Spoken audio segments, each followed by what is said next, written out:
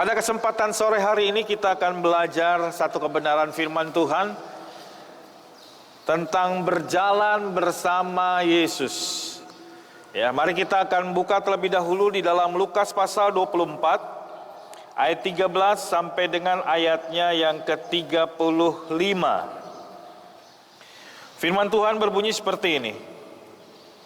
Pada hari itu juga dua orang dari murid-murid Yesus pergi ke sebuah kampung bernama Emmaus yang terletak kira-kira 7 mil jauhnya dari Yerusalem.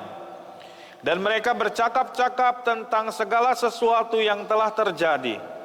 Ketika mereka sedang bercakap-cakap dan bertukar pikiran, datanglah Yesus sendiri mendekati mereka, lalu berjalan bersama-sama dengan mereka. Tetapi ada sesuatu yang menghalangi mata mereka, sehingga mereka tidak dapat mengenal Dia. Yesus berkata kepada mereka, "Apakah yang kamu percakapkan sementara kamu berjalan?" Maka berhentilah mereka dengan muka muram. Seorang dari mereka namanya Kleopas menjawabnya, "Adakah engkau satu-satunya orang asing di Yerusalem yang tidak tahu apa yang terjadi di situ pada hari-hari belakangan ini?" Katanya kepada mereka, "Apakah itu?" Jawab mereka, "Apa yang terjadi dengan Yesus orang Nazaret? Dia adalah seorang nabi yang berkuasa dalam pekerjaan dan perkataan di hadapan Allah dan di depan seluruh bangsa kami. Tetapi imam-imam kepala dan pemimpin-pemimpin kami telah menyerahkan dia untuk dihukum mati, dan mereka telah menyalibkannya. Padahal kami dahulu mengharapkan bahwa dialah yang datang untuk membebaskan bangsa Israel. Tetapi sementara itu telah lewat 3 hari sejak semuanya itu terjadi. Tetapi beberapa perempuan dari kalangan kami telah mengejutkan kami. Pagi-pagi buta mereka telah pergi ke kubur dan tidak menemukan mayatnya. Lalu mereka datang dengan berita bahwa telah kelihatan kepada mereka malaikat-malaikat yang mengatakan bahwa ia hidup. Dan beberapa teman kami telah pergi ke kubur itu dan mendapati bahwa memang benar yang dikatakan perempuan-perempuan itu, tetapi dia tidak mereka lihat. Lalu ia berkata kepada mereka, "Hai kamu, orang bodoh, betapa lambannya hatimu, sehingga kamu tidak percaya segala sesuatu yang telah dikatakan para nabi. Bukankah Mesias harus menderita semuanya itu untuk masuk ke dalam kemuliaannya?" Lalu ia menjelaskan kepada mereka apa yang tertulis tentang dia dalam seluruh kitab suci, mulai dari kitab-kitab Musa dan segala kitab nabi-nabi. Mereka mendekati kampung yang mereka tuju, lalu ia berbuat seolah-olah hendak meneruskan perjalanannya. Tetapi mereka sangat mendesaknya, katanya, "Tinggallah bersama-sama dengan kami, sebab hari telah menjelang malam dan matahari hampir terbenam." Lalu masuklah ia untuk tinggal bersama-sama dengan mereka. Waktu ia duduk makan dengan mereka, ia mengambil roti, mengucap berkat, lalu memecah-mecahkannya dan memberikannya kepada mereka. Ketika itu terbukalah mata mereka, dan mereka pun mengenal dia, tetapi ia lenyap dari tengah-tengah mereka. Kata mereka seorang kepada yang lain, "Bukankah hati kita berkobar-kobar ketika ia berbicara dengan kita di tengah jalan, dan ketika ia menerangkan kitab suci kepada kita?" Lalu bangunlah mereka dan terus kembali ke Yerusalem. Di situ mereka mendapati ke-11 murid itu. Mereka sedang berkumpul bersama-sama dengan teman-teman mereka. Kata mereka itu, "Sesungguhnya Tuhan telah bangkit dan telah menampakkan diri kepada Simon." Lalu kedua orang itu pun menceritakan apa yang terjadi di tengah jalan dan bagaimana mereka mengenal dia pada waktu ia memecah-mecahkan roti. Nah, di dalam ayat ini kita bisa melihat tentang penampakan Tuhan Yesus, ya, setelah kebangkitannya. Nah, perkara tentang kebangkitan Tuhan Yesus itu adalah satu hal yang paling penting di dalam iman Kristen. Ya, inilah yang menjadi sebuah tolak ukur iman Kristiani, saudara. Ketika Tuhan Yesus menyatakan kebangkitannya, Ya, sebab ada begitu banyak nabi yang ada di dalam muka bumi ini yang pernah lahir dan hidup dan melayani dan bahkan mati. Tapi hanya Yesus yang bangkit dari kematian itu, di mana dia menyatakan dirinya bahwa dia bukan hanya sekedar nabi, bahwa dia bukan hanya sekedar manusia, tetapi dia adalah Allah yang datang ke dalam dunia. Jadi iman kekristenan saudara dilandasi dengan kebangkitan Tuhan Yesus ini.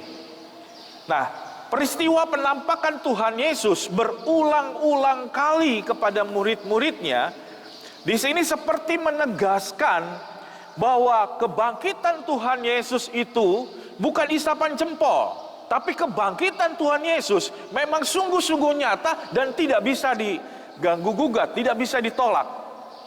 Karena dia sudah menyatakan dirinya kepada murid-muridnya dan kepada banyak orang. Bahkan terakhir ketika dia naik ke surga, saudara, dia terangkat naik ke surga, itu dilihat oleh begitu banyak orang, 500 orang melihat Yesus naik ke surga, tertutup oleh awan, dan ada malaikat yang kemudian berbicara. Nah, peristiwa penampakan ini seperti menegaskan dengan begitu tegas, bahkan itu dinyatakan berulang-ulang kali, bahwa Yesus memang sungguh-sungguh Allah yang datang ke dalam dunia. Dan itu dinyatakan dengan kebangkitannya dari kematian, bahkan kemudian dia naik ke surga. Nah, namun ada hal yang menarik di dalam bagian ini, saudaraku. Ketika dia sedang menampakkan dirinya, dia berjalan dengan murid-muridnya di jalan Emmaus itu, ya. Dikatakan di situ ketika mereka berbicara, murid-muridnya ini tidak mengenal Yesus, ya. Firman Allah berkata bahwa mereka sama sekali tidak mengenal. Ayat 16 dikatakan di situ, tetapi ada sesuatu yang menghalangi mata mereka sehingga mereka tidak dapat mengenal dia. Yesus berjalan bersama-sama dengan muridnya yang sekian tahun bersama-sama dengan dia. Tetapi secara khusus ketika dia datang di situ, murid-muridnya ini tidak mengenal siapa yang sedang diajak berbicara. Firman Allah berkata, ada sesuatu yang menutupi mata mereka sehingga mereka tidak mengenal siapa yang sedang diajak berbicara. Nah, pada kesempatan malam hari ini kita akan berbicara, saudaraku, tentang berjalan bersama Yesus. Ya, dan ini adalah bagian yang menarik bagi saya, bagaimana ada murid Tuhan bisa berjalan bersama Yesus, tapi mereka tidak mengenal siapa yang sedang bersama-sama dengan dia. Nah, apa sesungguhnya yang sedang menghalangi mata dari murid-murid Tuhan ini, sehingga mereka tidak sungguh-sungguh mengenal siapa yang sedang berjalan bersama-sama dengan dia? Nah, di dalam bagian ini kita bisa melihat, saudaraku, bahwa murid-murid ini tidak memiliki iman akan dia. Mereka mengetahui Yesus secara jauh selama bertahun-tahun. Mereka mengerti bahwa Yesus itu siapa gitu, tetapi mereka tidak sungguh-sungguh mengenal pada Yesus karena mereka tidak memiliki iman akan dia. Sehingga Yesus bisa hadir di tengah-tengah mereka, tetapi Yesus tidak bisa dikenal oleh mereka. Inilah juga yang pernah terjadi ketika Tuhan Yesus menghampiri murid-muridnya, di mana angin sakal sedang begitu besar dan hampir membuat perahu mereka tenggelam di tengah danau.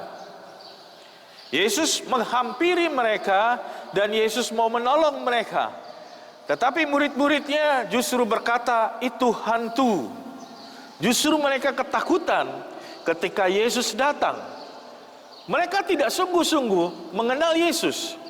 Nah, di dalam ayat ini bahkan mereka berkata, apakah engkau salah satu orang asing yang tidak mengenal kisah tentang Yesus?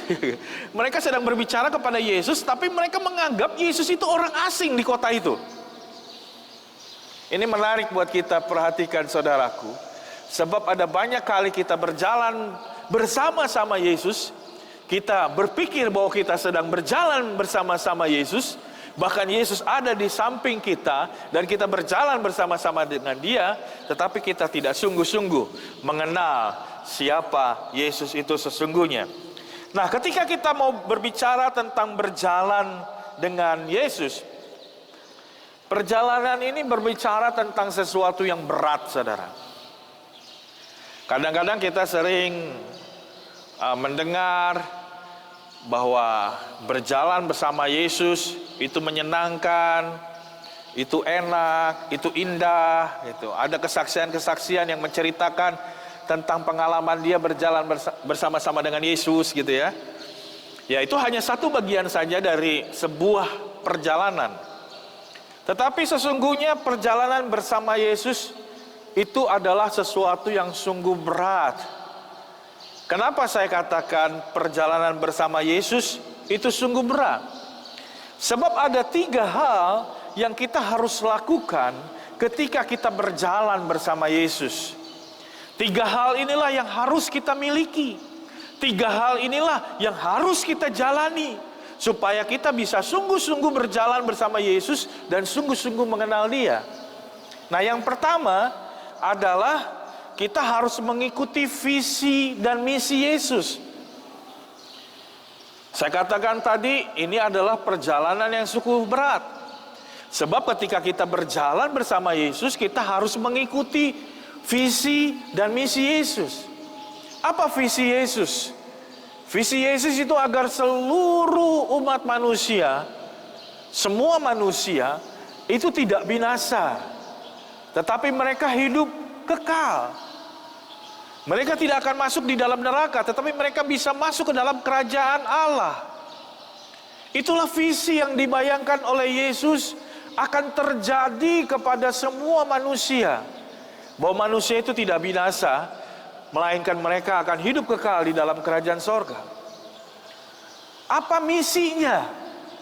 Misinya Yesus adalah untuk membawa semua orang tersebut akan masuk ke dalam kerajaan sorga. Misinya adalah bagaimana caranya supaya orang tidak binasa di dalam dosa dan kejahatan mereka, tetapi mereka akan masuk ke dalam kerajaan sorga. Misinya adalah supaya setiap orang yang percaya, mereka boleh sungguh-sungguh menjadi garam dan terang dalam dunia, yang akhirnya boleh membawa pengaruh bagi dunia ini, yang ujung-ujungnya adalah bahwa setiap orang itu akhirnya akan bertobat dan diselamatkan dan masuk ke dalam kerajaan sorga. Itu misi dan visi daripada Yesus. Dan setiap orang yang berjalan dengan Yesus, maka orang itu akan diperhadapkan dengan visi dan misinya Yesus. Ketika orang mengikuti Yesus, mereka akan dibawa kepada visi dan misi Yesus. Visi ini seperti sebuah perjalanan yang akan dituju. Misinya adalah bagaimana kita menjalani perjalanan itu sampai tiba kepada tujuan. Dan ketika kita berbicara tentang berjalan bersama-sama dengan Yesus, maka kita harus berjalan dengan tujuan yang akan Yesus tuju, dan bagaimana kita harus berjalan di jalan di mana Yesus akan membawa kita kepada tujuan tersebut. Ya, jadi saya katakan tadi, ini sebuah perjalanan yang berat. Karena ada banyak orang mungkin tidak mau untuk berjalan dengan visi dan misi Yesus. Dia lebih suka berjalan dengan caranya sendiri, dengan dirinya sendiri, bukan dengan visi dan misi Yesus. Nah, lalu mengapa berjalan bersama Yesus itu sebuah perjalanan yang berat? Yang kedua, saudaraku, karena ketika kita mau berbicara tentang perjalanan bersama Yesus, berjalan bersama Yesus, maka kita harus mengikuti ajaran-ajaran Yesus. Jadi Yesus akan membuat panduan. Yesus akan memberikan tuntunan. Sekarang ramai orang berbicara istilahnya tutorial. Nah, setiap orang harus mengikuti semuanya itu. kalau mereka mau bisa berjalan bersama-sama dengan Yesus. Mereka nggak bisa berjalan sendiri. Mereka nggak bisa menentukan caranya sendiri. Banyak hal yang sudah disampaikan Yesus. Banyak hal yang sudah diajarkan Yesus. Dan setiap orang yang mengikuti ajaran-ajarannya, maka orang itu akan bisa berjalan bersama Yesus. Tetapi setiap orang yang gak mau mengikuti ajarannya, dia lebih suka dengan caranya sendiri, maka dia tidak akan mungkin bisa berjalan bersama Yesus. Karena itu tadi saya katakan bahwa ini adalah sebuah perjalanan yang berat. Nah, kenapa saya katakan lagi ini sebuah perjalanan yang berat? Karena ketika kita mau berjalan bersama Yesus, bukan hanya mengikuti visi dan misi Yesus, bukan hanya mengikuti ajaran-ajaran Yesus, tapi juga mengikuti pribadinya. Kita mengikuti pribadi Yesus. Nah, kita harus bertumbuh di dalam kehidupan kita dan di dalam karakter kita menjadi seperti Yesus. Ya, saya sering katakan ini, kata asli dari murid itu artinya adalah menjadi sama dengan gurunya. Ku mau sepertimu Yesus. Jadi kalau kita mau berjalan bersama Yesus, kita tuh ngikutin tuh pribadi Yesus. Kita ngikutin kemana dia akan pergi. Kita harus bertumbuh di dalam karakter kita, di dalam kesucian kita, seperti Yesus. Nah, kita harus menyesuaikan kehidupan kita dengan Yesus, dengan Tuhan. Bukan Tuhan disuruh menyesuaikan dirinya dengan kita, bukan. Tapi kita harus menyesuaikan diri kita dengan Yesus. Jadi ketika dia berjalan, Yesus berjalan di jalan ini, ya kita harus ngikutin di jalan itu. Jangan pakai jalan kita sendiri. Jangan hidup semau kita sendiri. Tapi kita harus jalan seperti Yesus, saudaraku. Nah, perkataan kita, perbuatan kita, pikiran kita harus membawa kita untuk menjadi seperti Yesus. Ya, karena itulah kita harus berhati-hati di sini. Sebab untuk bisa berjalan bersama Yesus, kita harus mengikuti pribadinya. Dan ketika kita berbicara tentang mengikuti pribadinya, berarti kita harus menyelaraskan, membawa hidup kita, mencocokkan dengan Tuhan. Saya sering kali gambarkan saudara, ketika saudara mau mendengar radio SKM. Radio SKM itu frekuensinya 93,3 MHz. Saudara hanya bisa mendengarkan radio SKM kalau saudara mengatur radio saudara di frekuensi 93,3 MHz. Kalau saudara mendengarkannya di frekuensi yang lain, maka saudara tidak akan menemukan radio SKM di situ. Bisa saja ada terdengar radio, tetapi itu pasti bukan radio SKM. Sebab radio SKM hanya di 93,3 MHz, itu frekuensinya. Sama ketika kita mau berjalan bersama-sama dengan Tuhan, maka kita harus mengikuti pribadinya, dan kita harus menyesuaikan diri kita dengan pribadi itu. Kita bangun kesucian, kita bangun karakter kita, kita akan bertindak, kita akan berpikir, kita akan berkata-kata yang seharusnya disesuaikan dengan Tuhan. Baru kita bisa berjalan bersama-sama dengan Tuhan. Jadi tidak mungkin orang bisa berjalan bersama-sama dengan Tuhan kalau mereka tidak membangun dirinya, menyesuaikan dirinya dengan Allah. Nah, lalu hal yang lain saudaraku, kita harus fokus kepada Tuhan, bukan kepada diri kita, kepada yang lain. Hanya ada satu figur yang harus menjadi fokus kita. Tidak boleh ada yang lain. Bahkan tidak boleh diri kita sendiri. Sebab saat kita tidak fokus kepada Tuhan, melainkan kita kepada diri kita sendiri atau kepada yang lain, maka prioritas kita akhirnya bukan kepada Tuhan, tetapi kepada diri kita atau kepada yang lain, yang membuat akhirnya kita tidak bisa berjalan bersama-sama dengan Tuhan. Ketika bangsa Israel dipimpin oleh Tuhan keluar dari tanah Mesir untuk menuju tanah Kanaan, tanah yang dijanjikan Tuhan, Tuhan itu membuat tiang awan dan tiang api sebagai penuntun kehidupan mereka, penuntun jalan mereka untuk tiba di tanah yang dijanjikan Tuhan. Saat tiang awan dan tiang api itu terangkat dan kemudian berjalan, maka mereka harus berkemas dan berjalan. Saat tiang awan dan tiang api itu berhenti, maka seluruh umat Tuhan juga harus berhenti dan membuat kemah di situ, menunggu kapan tiang awan dan tiang api itu berangkat lagi, saudara. Saat mereka berada bersama-sama di dalam tiang awan dan tiang api, mereka akan diluputkan Tuhan dari segala mara bahaya dan kesulitan-kesulitan yang terjadi.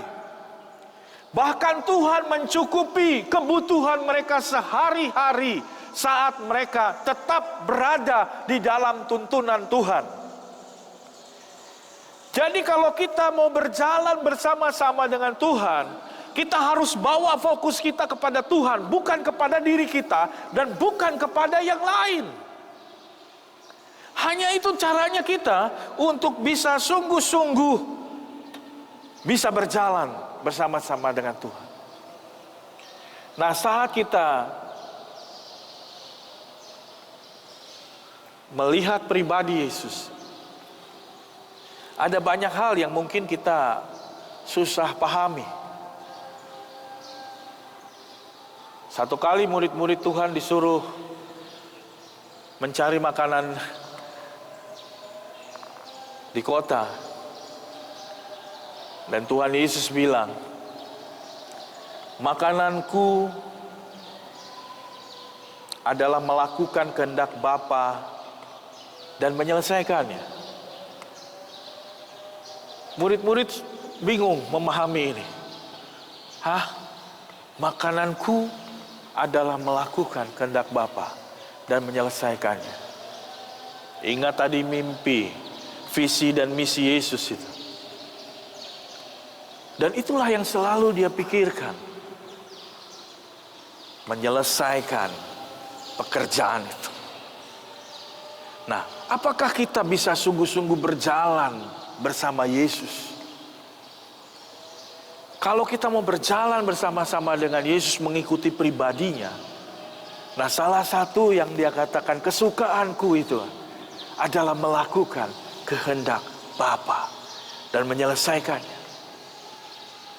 Itulah yang Tuhan mau untuk kita lakukan. Itulah yang Tuhan inginkan. Ya.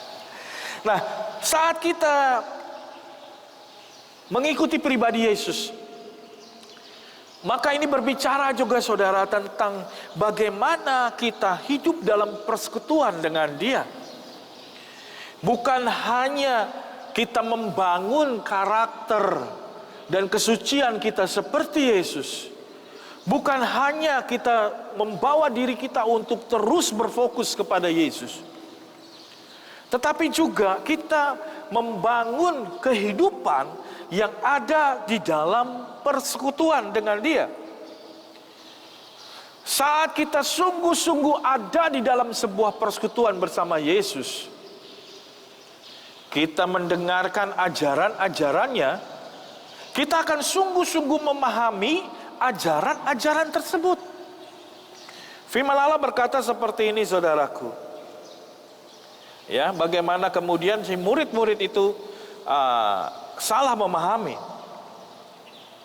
Ayat 21.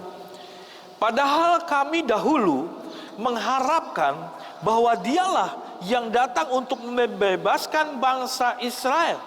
Tetapi sementara itu telah lewat 3 hari sejak semuanya itu terjadi. Murid-murid Tuhan bersama-sama Yesus sekian tahun, dia berpikir bahwa Yesus itu akan membangun sebuah kerajaan. Dia akan mengalahkan kerajaan Romawi yang berkuasa waktu itu, dan Yesus akan menjadi pemimpin di situ, di mana nanti murid-muridnya akan berada di dalam pemerintahan itu. Kenapa ini bisa terjadi? Konsep pemahaman firman Allah yang salah seperti ini bisa terjadi. Tuhan Yesus punya visi dan misi supaya semua orang tidak binasa, melainkan mendapat hidup kekal, masuk ke dalam kerajaan Allah. Dan yuk kita berjalan bersama-sama menjadi garam dan terang di dalam dunia ini, untuk membawa pengaruh, membawa dampak di dalam dunia, supaya orang-orang bisa bertobat dan percaya kepada Tuhan, dan mereka masuk ke dalam kerajaan Allah. Tetapi kenapa apa yang diajarkan Yesus itu bertahun-tahun kepada murid-muridnya membuat murid-muridnya salah memahami, salah mengerti. Sampai mereka berpikir, dulu saya pikir Yesus itu akan mengalahkan pemerintahan Romawi dan dia menjadi penguasa dan kita akan menjadi bagian dalam kerajaan itu. Nah, hal ini terjadi, saudaraku, karena kehidupan yang tidak sungguh-sungguh dalam iman yang benar dan kehidupan yang tidak sungguh-sungguh dalam persekutuan yang benar. Kekristenan berbicara tentang persekutuan. Dan persekutuan itu haruslah sebuah persekutuan yang benar. Sebab, saudaraku, memahami firman tanpa pengetahuan yang benar akan sesat. Jadi kalau kita belajar firman Allah tapi tidak di dalam pengajaran yang benar, tidak ada di dalam persekutuan yang benar, maka kita bisa jadi sesat. Atau kita memahami firman Allah tetapi tidak sungguh-sungguh bersekutu dengan Allah. Kita hanya memahami firman Allah itu sebatas pikiran kita saja, itu akan membuat kita menjadi sombong, dan ujung-ujungnya juga akan menjadi sesat. Karena itu penting sekali kita berada di dalam sebuah persekutuan yang akan membawa kita di dalam sebuah pengajaran yang benar. Ya, hati-hati, pada akhir-akhir zaman firman Allah sudah mengatakan akan muncul nabi-nabi palsu, pengajar-pengajar sesat yang akan menyesatkan banyak orang.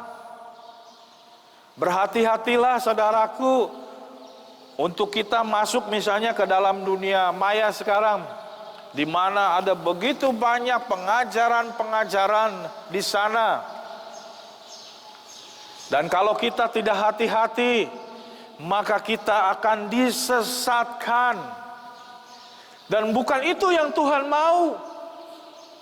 Tuhan berkata, jagalah seluruh kawanan domba. Kenapa? Supaya mereka tidak disesatkan. Jangan sampai angin-angin pengajaran saat ini akan membuat begitu banyak orang terombang-ambingkan, bahkan disesatkan. Nah, untuk kita sungguh-sungguh berjalan bersama-sama dengan Yesus, kita harus alami persekutuan bersama dengan Dia. Dan saat kita mengalami persekutuan bersama Dia, barulah kita akan bisa berjalan bersama-sama dengan Dia. Kita nggak mungkin bisa berjalan bersama-sama dengan Dia kalau kita tidak membawa diri kita di dalam persekutuan.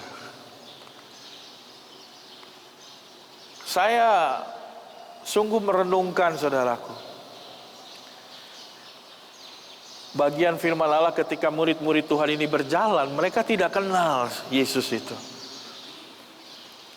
Waktu dia berjalan bersama-sama dengan Yesus, bahkan dia menganggap ini orang asing gitu. Dan itu karena mereka tidak punya iman yang cukup kuat, firman Allah yang benar, dan persekutuan yang sungguh-sungguh. Ketika mereka datang bertahun-tahun bersama-sama Yesus, mereka bukan membangun karakter dan kesuciannya untuk seperti Yesus. Mereka tidak sungguh-sungguh belajar firman Allah untuk sungguh-sungguh memahami kebenaran firman Allah sesungguhnya. Mereka tidak membangun persekutuan yang benar bersama Yesus. Tetapi mereka membangun pikirannya sendiri. Mereka membangun dirinya sendiri. Mereka membangun pengajaran-pengajarannya sendiri. Sampai akhirnya mereka pun tidak kenal siapa Yesus itu sesungguhnya. Saya sering katakan, jangan sampai kita memuji Tuhan dan melayani Yesus, kita nggak tahu siapa yang kita puji dan sembah dan kita layani itu. Jangan sampai itu terjadi.